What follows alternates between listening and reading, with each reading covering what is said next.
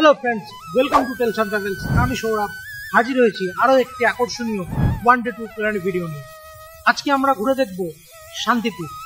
দেখাবো তোমাদের একদিনে কি করে সুন্দরভাবে শান্তিপুর এসে ঘুরে দেখা যায় শান্তিপুর শহরটি। দেখতে থাকো, সঙ্গে থাকো।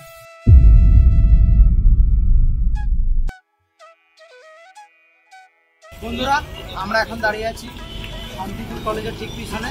আমাদেরকে একটা অন্যরকম জিনিস দেখো, আমরা সকালে জলখাবার করে আসি।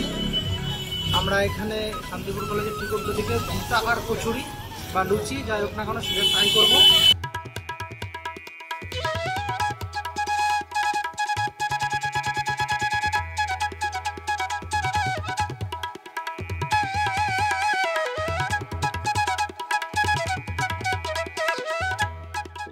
জল খাবার খেয়ে আমরা এবার রওনা দিলাম পুরো এলাকাটা ঘুরে দেখার উদ্দেশ্যে। প্রথমে আমরা চলে আসলাম শ্রী অদ্বৈত প্রভু আশ্রম, যেটি বাবলা নামেও পরিচিত। এখানে আসার পর দেখতে পেলাম এক নিরিবিলি শান্ত পরিবেশ, এক বিশাল আমবাগান, যার মাঝে রয়েছে এই আশ্রমটি। দেখে নেওয়া যাক।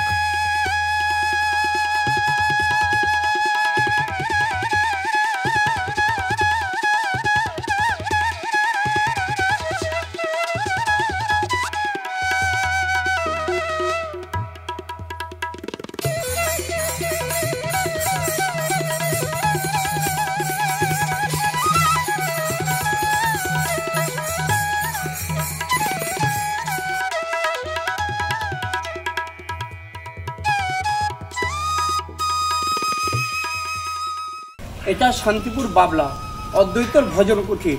অদ্বৈত মহাপ্রভু এখানে সাধন ভজন করতেন। অদ্বৈত মহাপ্রভুর বাড়ি হচ্ছে শান্তিপুর টাউনে, যেটা বড় গোস্বামী বাড়ি।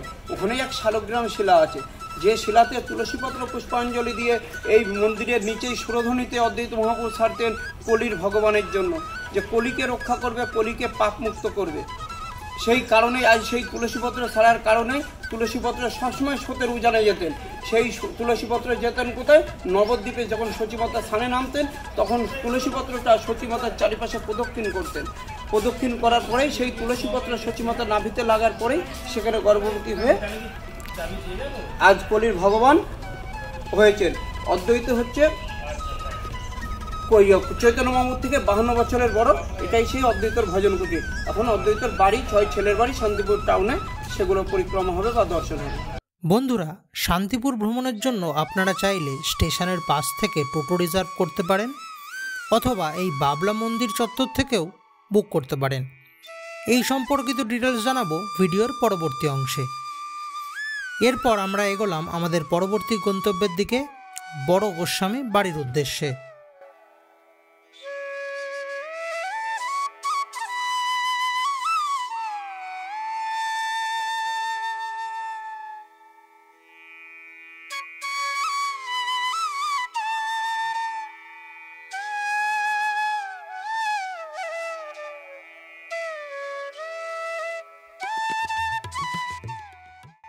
শান্তিপুরের রাস শোভাযাত্রা বাংলা বিখ্যাত।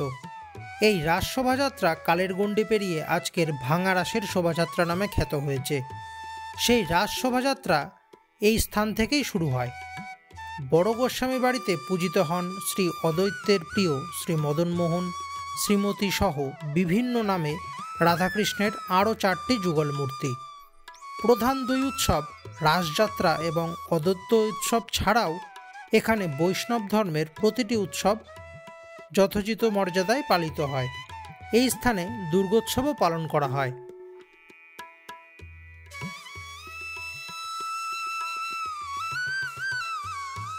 বড় গোস্বামী বাড়ি দর্শন করে এবার আমরা এগোলাম শ্রী শ্রী রাধা শ্যামচাঁদ জিউ মন্দির দেখতে। শান্তিপুরে বেশিরভাগ মন্দিরই বেলা 12টার মধ্যে বন্ধ হয়ে যায়, আবার বিকেলবেলা খোলা হয়। শ্রী শ্রী রাধা শ্যামচাঁদ জিউ মন্দির দর্শন করলাম বাইরে থেকেই।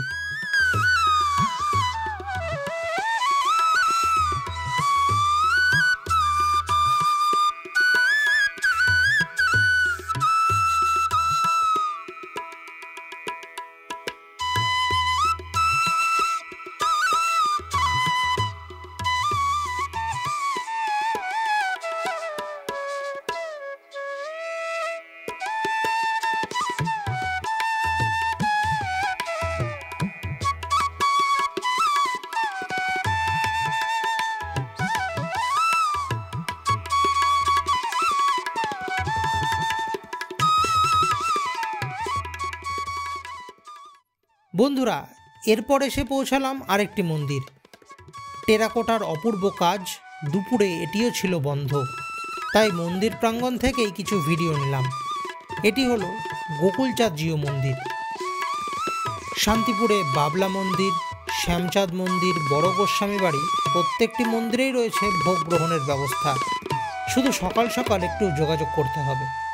কিভাবে করবেন বলছি।